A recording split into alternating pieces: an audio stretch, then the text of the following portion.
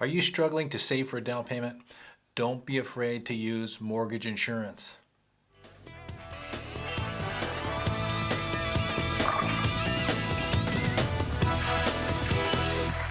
Fun.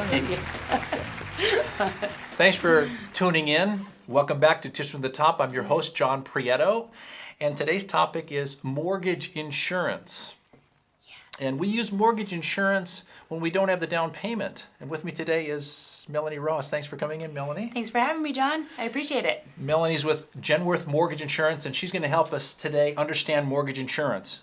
Now, if you don't have the down payment and you're not a veteran, people tend to go with an FHA loan, and we do tons of FHA loans.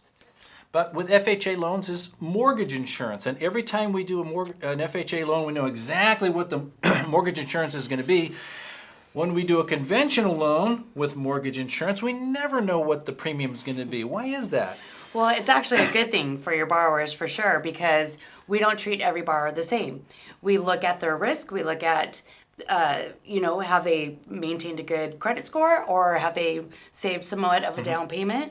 And we don't treat everybody the same. Yeah. So, is your mortgage insurance cheaper?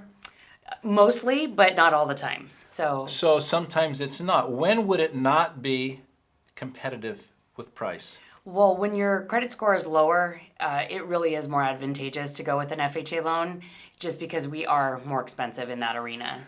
Okay, so at what point, where does the credit score have to rise where you intersect with FHA and actually where the price gets better? So where I've seen it kind of come to where a conventional is better is around this mid-sixes. So if your credit score is Yep. pushing 700 or above, definitely consider. Definitely. I see. And then the other criteria is down payment. Yes. So if you make a bigger down payment, the premium's going to be lower. Yes. So the nice thing is you don't have to wait. I mean, that's the benefit, is that you can come in with as little as 3% down, so that you can purchase a home. If you find a great price, get a good, the rates are great right now. Right. So you can come in with as little as 3% down.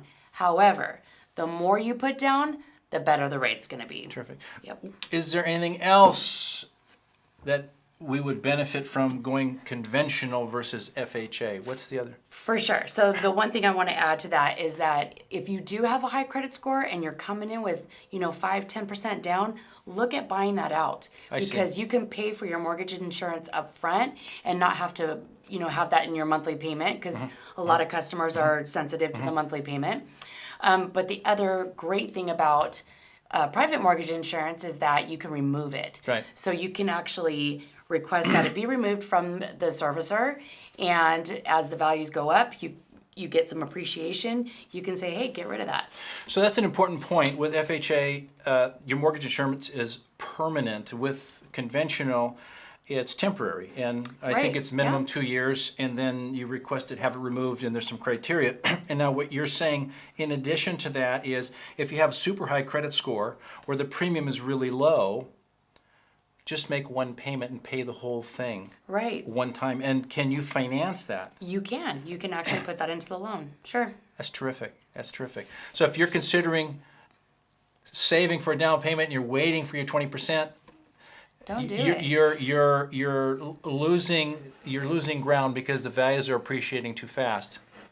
I was going to add something to that too. So if, for example, if you purchase a home and you have mortgage insurance and you're making a monthly payment, and then you come into some money, like maybe Aunt Sally left you some money, or you sold another property, you can put that down and get yourself down to your 80% loan to value, and the servicer will have to remove the mortgage insurance for you. Terrific. So you may not have to wait for those 2 years. Terrific.